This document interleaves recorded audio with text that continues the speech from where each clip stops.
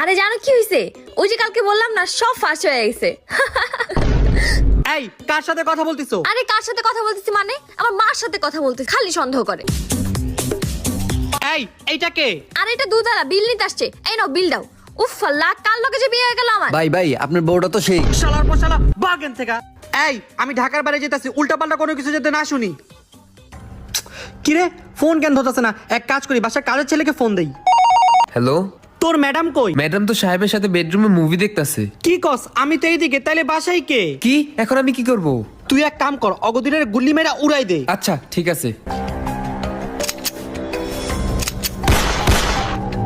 সাহেব, দুজনকে গুলি করে মেরে ফেলছি, এখন লাশের কি করব?